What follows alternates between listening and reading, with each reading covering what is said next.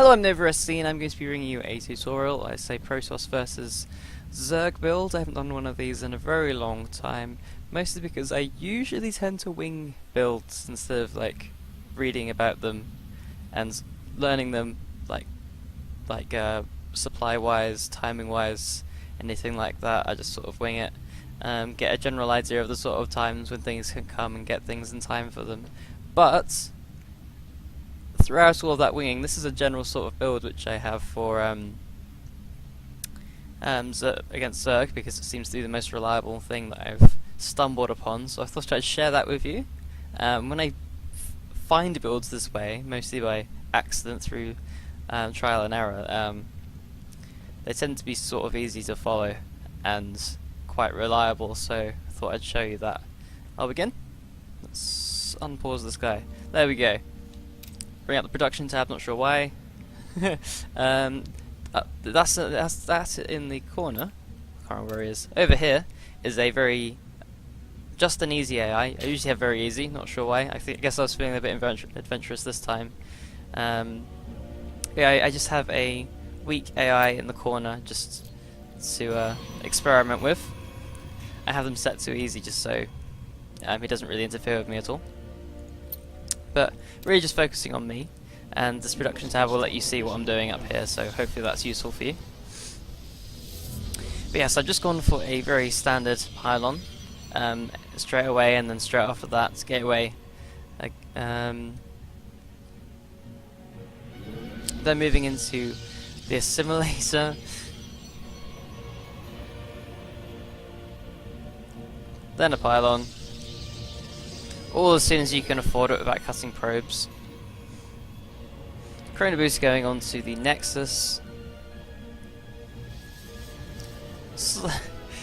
Trying to decide what I was going to do with that probe there. Very good stuff. Immediately 3 guys in gas. 16 guys on minerals, 3 guys on gas. Then we're going to start moving people down to scout and expand and stuff. Straight after gateway, we've got the Cybernetics Core without cutting probes. After the Cybernetics Core, we're going to go scout.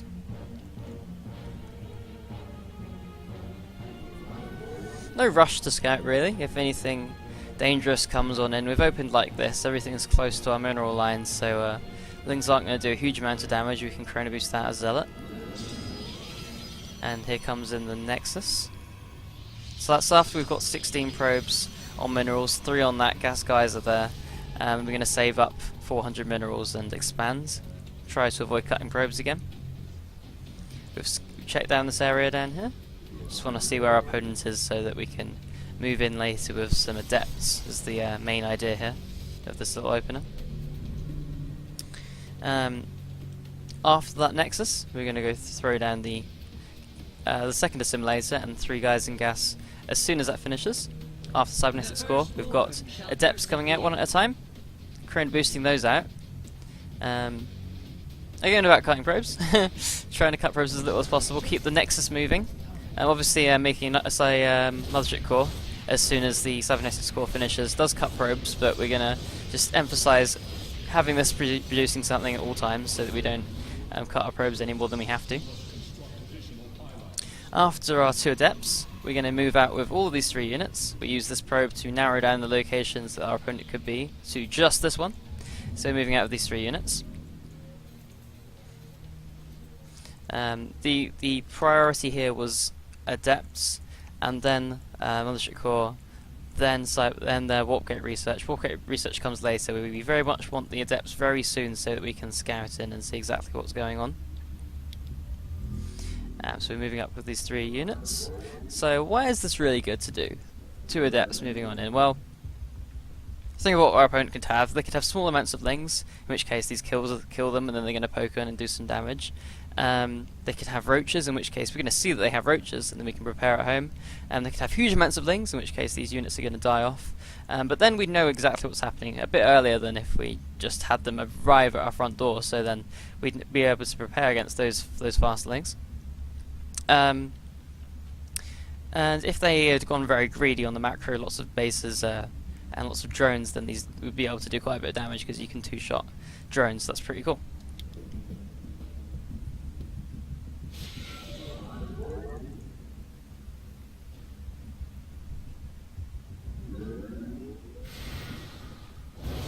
And this is an AI, so this isn't very useful information that we're seeing here, but more useful is what's going on back home. So, as we could afford it with the 100 minerals with our cutting probes on both Nexuses, we threw down a Pylon, and then with the Pylon we're using that Pylon radius to throw down the second and the third gateway and another Pylon to wall this area off. After the 2 Adepts we made a Stalker. The Stalker is important just because it's a useful mid-game tool, and we're just going to want to start producing those just so we have a good mass of them later on in the game.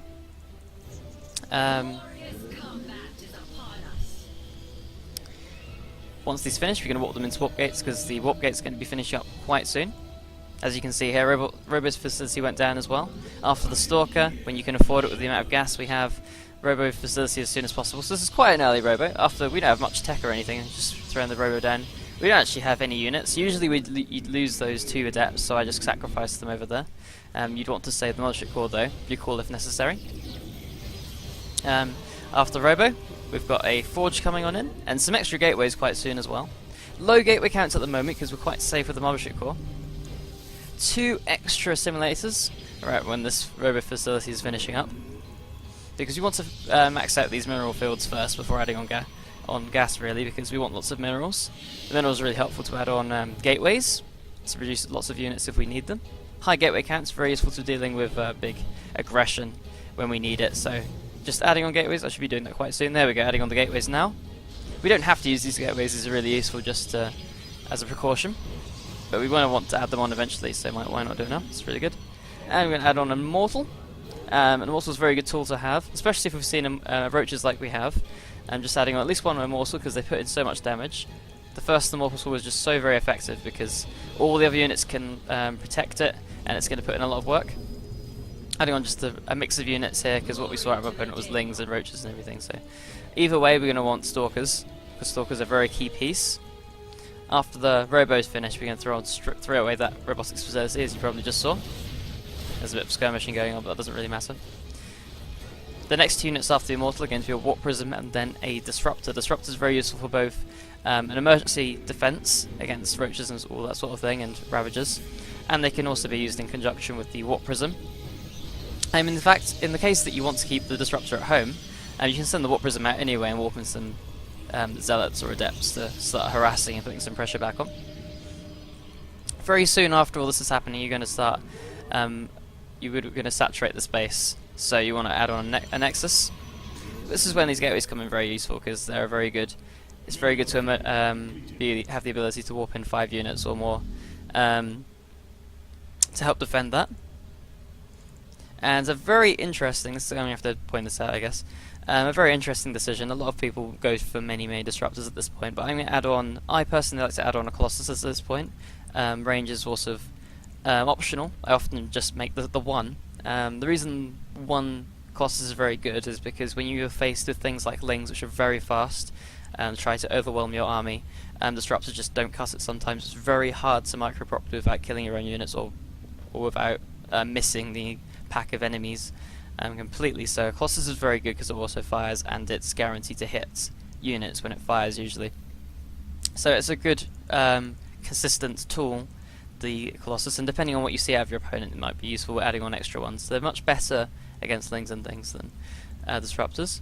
And after we've got our additional gateways, we've got all the upgrades we want coming on in, we've got the harassment tool, then we can start adding on a Twilight Council because Mutas are always a threat, and that's why I've been adding on Stalkers. Stalkers are a key piece to this composition because we want to be transitioning into Blink Stalkers, so you can defeat these Mutas, which are a possible threat. But another thing we can do is, because we're scouting around with the Swap Prism poking on in, we might be able to notice that if there is or isn't Mutas for definite, and then that could shape the composition that we're producing.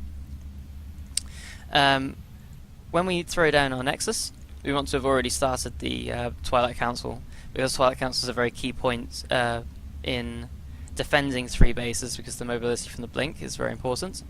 And it's very nice to have this Nexus finishing up by the first the time that first Colossus comes out, because it's a very useful defensive tool against Zerglings and that.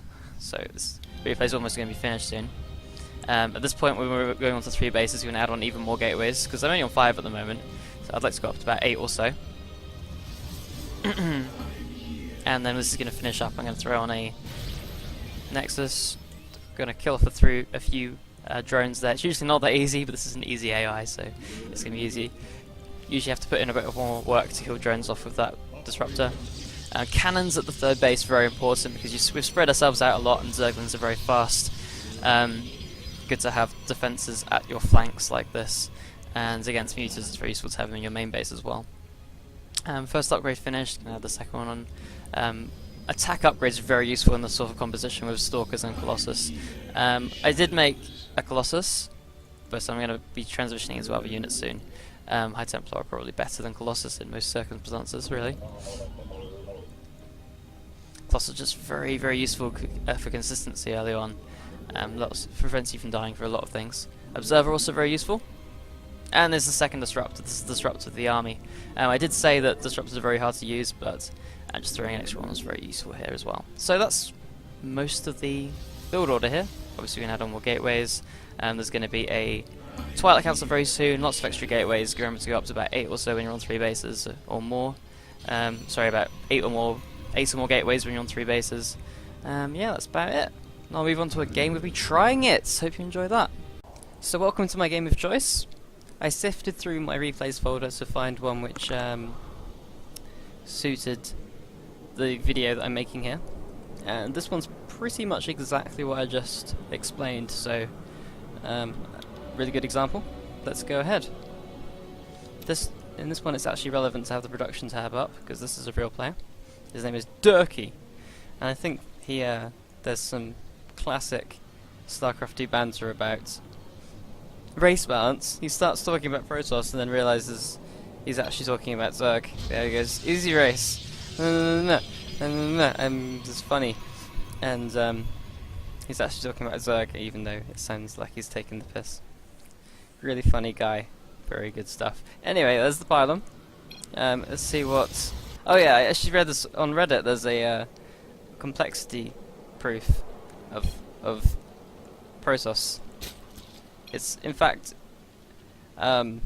any game just generally is considered hard mathematically, but we don't need to. We can hide that part. So we have Overlord from our opponents coming across, and he's going to give him a lot of scout information, and we're not going to be able to protect our information very much until we get that first Stalker out. But it doesn't actually matter that much, because what we're doing can really be pretty much anything, so not much of a worry there about him seeing too much. Got both those gas geysers in. What I did do wrong here is I got a second gas geyser. I couldn't. every replay I looked at, I had one little thing wrong. I'm often on a completely different planet while I'm doing these, when I'm playing a game, so I make tiny mistakes all the time.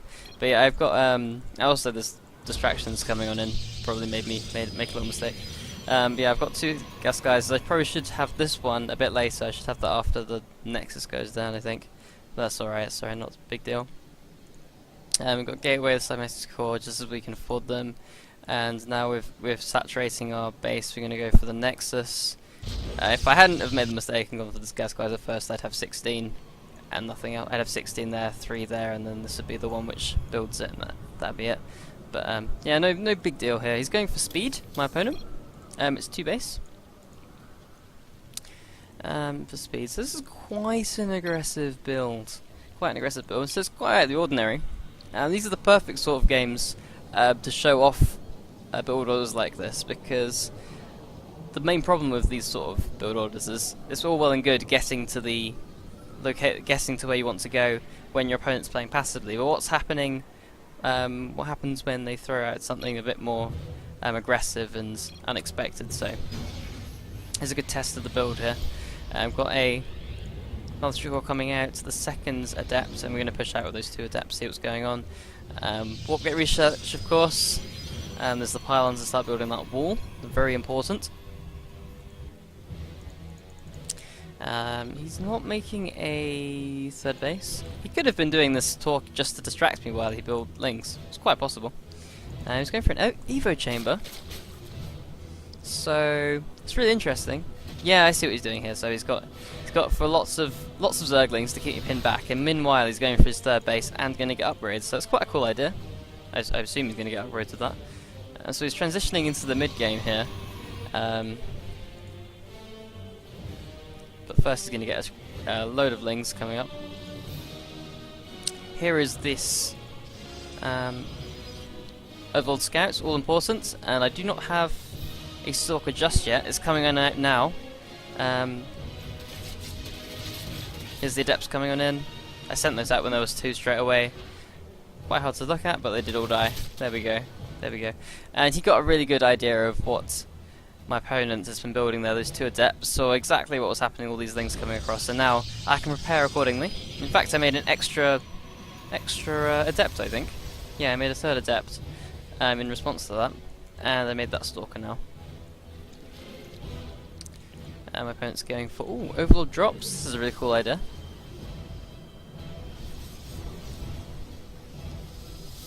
Is that Robo, straight after the Stalker. First thing I did, really. Not many units I made that. Yeah, we've got a bunch of Zerglings coming on in now. This is going to be a bit tricky to deal with, because I am very low on units. And all the units I do have, my most effective defensive units, the Mothership Core, is really slow. Zergling's going to come in and kill quite a few units. And quite a few Zerglings coming in to deal quite a lot of economic damage. It's pretty serious, actually. But I am managing to clean it up. A trusty Pylon block there prevent me from having to deal with multiple locations at once. It gets really serious if that was if that wasn't blocked off. You'd be able to punish this one as well, and then I'd have no income for a while, which is really serious problem. But considering the big commitment he made there with the Overlords, you have to pay for Overlords with drop now. Yeah, I'm not in too bad of a shape if we look at units. I'm way below on workers, but the tech's hopefully going to keep me alive in this. The tech is where I'm going to have a real advantage, because he's only just working on lair, and all he's got is that +1 upgrade. So, what prism? Bay. I got the Bay straight after the Robotics Facility. Sitting on 3 gates, like I said I would, and I'm going to add on the extra 2 or 3 gateways when I want to start moving into a 3rd, because I'm going to need more than the units I have here to be able to secure a 3rd. Mothership Core is fine now, because I can defend this front really well, but I'm going to need more gateways otherwise. After this, Warp Prism gets going, so after the Disruptor is finished, then that's going to be the ideal time to start moving into a 3rd base, because I can keep him pinned back with a Disruptor a little bit. Disrupt at this sort of time doesn't do huge amounts of damage. It's not going to completely pin him back, but it does do a little bit of poking. He's going to have to keep an eye on that. And it's nice to be able to have some presence on the map, just scouting around. Just having Warp Prism over there, just having any units over there at all in your opponent's side allows you to spot some cool things. A Spire, I'm probably not going to spot that, am I? That's way in the back of his base, but he's got a Spire coming on down. My bases are getting saturated again. That's a lot of damage. I didn't handle that very well. Probably not a good one to be showing you, because it's quite embarrassing how badly I dealt with that ling aggression, but I'm still in an okay spot. Actually, 3 more gateways should be coming in very soon. Oh, after the gateway. Okay, I usually add the gateways on beforehand, but I guess this is fine. This is a bit more risky, and what you're going to often have is you're often going to have Zerg players massing up a bunch of units to try and deny this. So if you don't have the 3 gateways, which I'm adding on there, then it's going to be harder to deal with that. But I guess I'm responding to him not having much, probably not having many units, because he did commit to Zerglings early on. He's going to have to be focusing on economy right now. Nice hit there, doing some damage with the Disruptor. Zerglings waiting by the side to poke in. And after the Warp Prism Disruptor, I think I also got a Observer, not sure. Yeah, I did get an Observer. Then I'm going to start adding on Colossus. More than one Colossus this time. I'm a bit afraid of aggression, and I don't trust myself with the Disruptor to hold off the aggression. This is going to be a key defense here, so I'm adding on more than one Colossus.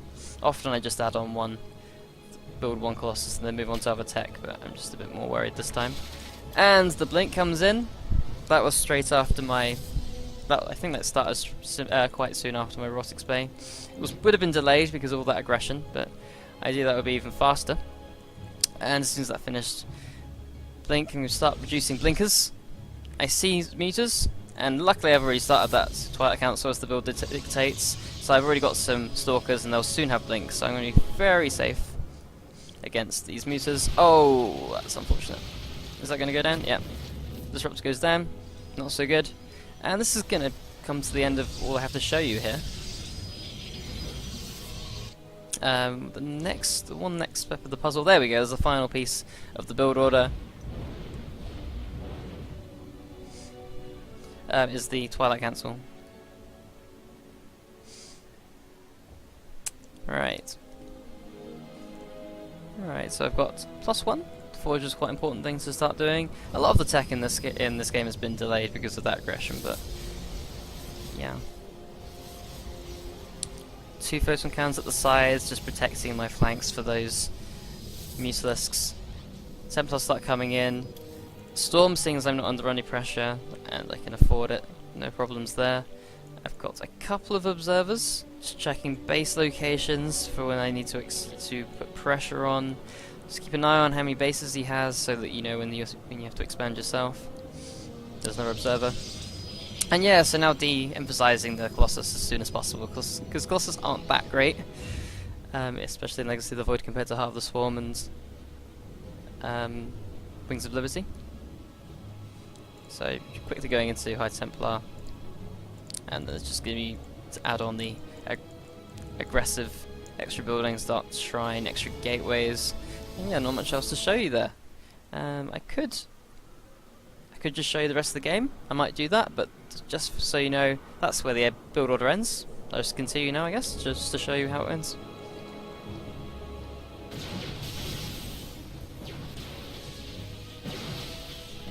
So I'm making a few aggressive pokes around. I feel fairly safe now. I've got an observer here, and this is a really nice location because it's often where Mutalisks will fly past, so that's going to see things. Very clever guy with his observer, so, overseer, so that's going to kill off those observers, however, which is a bit of a dangerous thing to be in. Dangerous position for me. Storm is going to be so useful here. This is where it really sucks for Zerg, who's committed to Mutalisks, because this is the really nice army which is going to be very strong against these medium numbers of Mutalisks. When you have just mass mutas, you can magic box and take over these sort of armies. But what I've got here is very good against these medium-sized forces, and there's not much this is going to do. Probably won't put in much work at all before they all die off. Moving into a 4th, because I've seen my opponents on actually 5 bases now, moving into a 6th. That's really aggressive. Really aggressive placements of buildings. But there's not much he can really do about this force. What does he have? He's got Mutalisks, they're not going to be very helpful.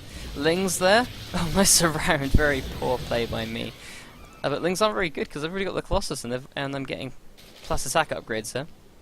Very strong economy from this guy. Lots and lots of gas. That was a Baneling run by, dealing a lot of damage. I think I've lost a lot of workers this game. 39, damn. That's really bad. And this comes a big push in. And, oh no, he's got too many squishy units. Really nice movement here with Banelings, but all my High Templar are gone. But yeah, his army's too squishy, and this is why this build's so strong. Lots of splash damage, and Stalkers make it very consistent as well. Really nice use of run-bys, this guy. Really like him. He's doing well. DT. Very easy to overlook getting Dark Shrines when you're not going to be aggressive with them, but a Dark Shrine, absolute lifesaver against these sort of pokes, because it's very awkward for your opponent to send in observers, or overseers, to support Ling run-bys. It's actually really awkward for them to do that, and they often lose a lot of gas, because the overseers often die to the units you send to deal with the Lings, so it's just... yeah, Yes, it's quite a nice thing to have, the Dark Shrine. And now he's down to 4 bases to my 4, and it's really not a nice position for Zerg. Actually, it's not awful. It's not dreadful, because I'm only just starting this 4th one, but yeah, he's not looking too good. His tech choices aren't that great. He probably should have switched. Does he have a... Yeah, there we go. He should have been making that Greater Spiral quite a while ago. This is the main problem here. Greater Spire is definitely what you need here. This army can beat smallish numbers of Broodlords. Armies with smallish numbers of Broodlords, it's fine, as long as you're nice and aggressive. If they go for Broodlords, this should be fine, this composition. But if they start making... If they sit back and you can't punish them and they can get a medium to large number of Broodlords, then you have to start adding on perhaps air units, Tempests and Void Rays. Definitely first Void Rays, because Tempests don't actually do that much damage, and it's nice to have mobility from the Void Rays, because Tempests are pretty slow. Void Rays are actually a really nice addition to this composition at some point. Maybe not now. If you're against the units which warrant Void Rays, then Void Rays are a really nice addition, because they're also quite quick, and this is a nice speedy army, as opposed to having carriers and stuff. Obviously not as speedy as having just Link Stalker, but yeah. Storm absolutely key in all these engagements, very strong. And it's gonna be it soon. Really nice continued use of run-bys, which I don't see very often. And I'm not dealing with it very well, but I've just killed another base. He's on 3 to my 3, and now he's in a really nasty situation here. I'm not sure why I'm not sending in DTs. I should have made a DT. Silly me. More High Templar? Yep, more High Templar. So very important. And it's just the switch, and this has been done by a lot of pro players. I've seen this done time and time again. Just go for the Robotics Bay for a Colossus. They have to make units to deal with that, because it's very hard to put pressure on against a Protoss with a Colossus. And you can go straight on to Templar Archives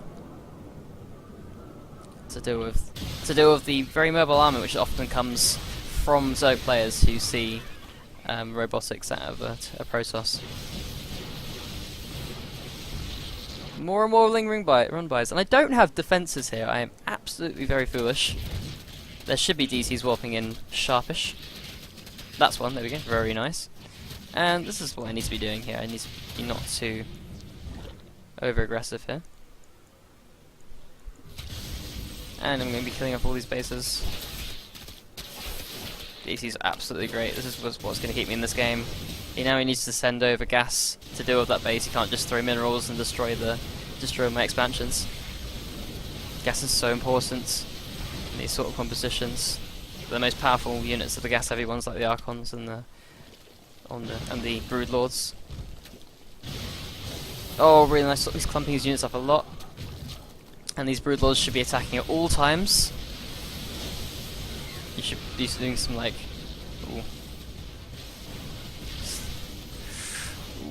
dodgy bit of micro from both sides. Really should be pressuring this base as well. He's getting really good. This guy's really good at expansions. I'm very impressed.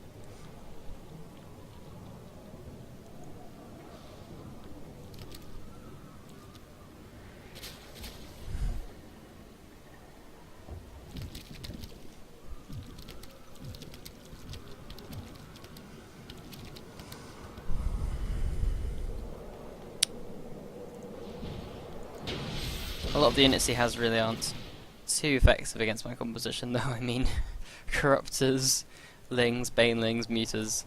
None of these are very good against this composition, apart from the Broodlords are very strong, very strong.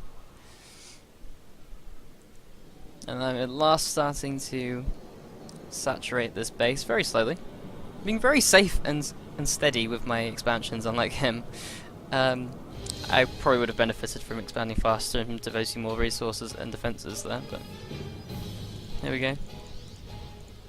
Templar coming back. Make sure you always have Templar at home for the next attack. It's really important stuff to do.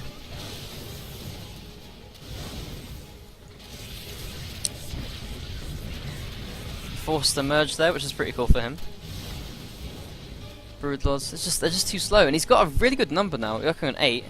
But after seeing the first Broodlord come out of him, I know this composition is going to start to become less and less cost efficient. So I was trying to pin him back near his base. Keep pressuring while I added on air units, and I should have a few air units somewhere. Only one, but I do have. Let's count these gateways. Let's count these stargates.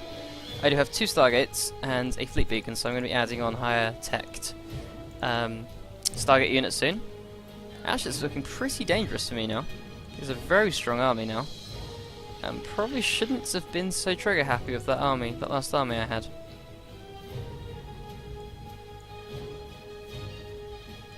Oh dear. And this is an expensive attack force, but he has detection, which is unfortunate.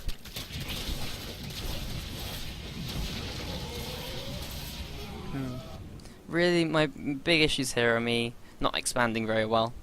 Not expanding fast enough and not defending them very well. And they've cut probes as well, gosh. Really going downhill at this point. I think this game is actually a loss. It's not looking very good for me. All these broodlords. So I had the right idea. I was trying to pin him back and tech up some Stargate, but I accidentally lost my army way too soon. Very unfortunate. Very unfortunate. Nice storm. Nice storm indeed.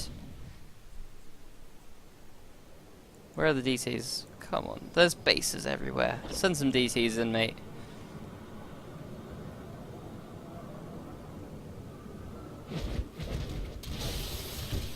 Oh, jeez. Oh dear. I think I've lost this game. Ah, that was a shame. Yeah, and a well played to him. But yeah, the main mistake I made here was just losing my army around here and not expanding and defending my bases fast enough. But yeah, it did show off the build really well. It made a really nice composition, which was going around pressuring bases, killing them off. The use of the Warp Prism probably could have been a bit better, but because he transitions to Muselisk, so that shut down the Warp Prism quite hardly. Could have easily have made more though. Ah, definitely an off day. Not the strongest of late game performances, but the early to mid game was pretty cool. Pretty cool. It showed off that build, like I said. So yeah, I hope you enjoyed that. I'll see you later. Goodbye.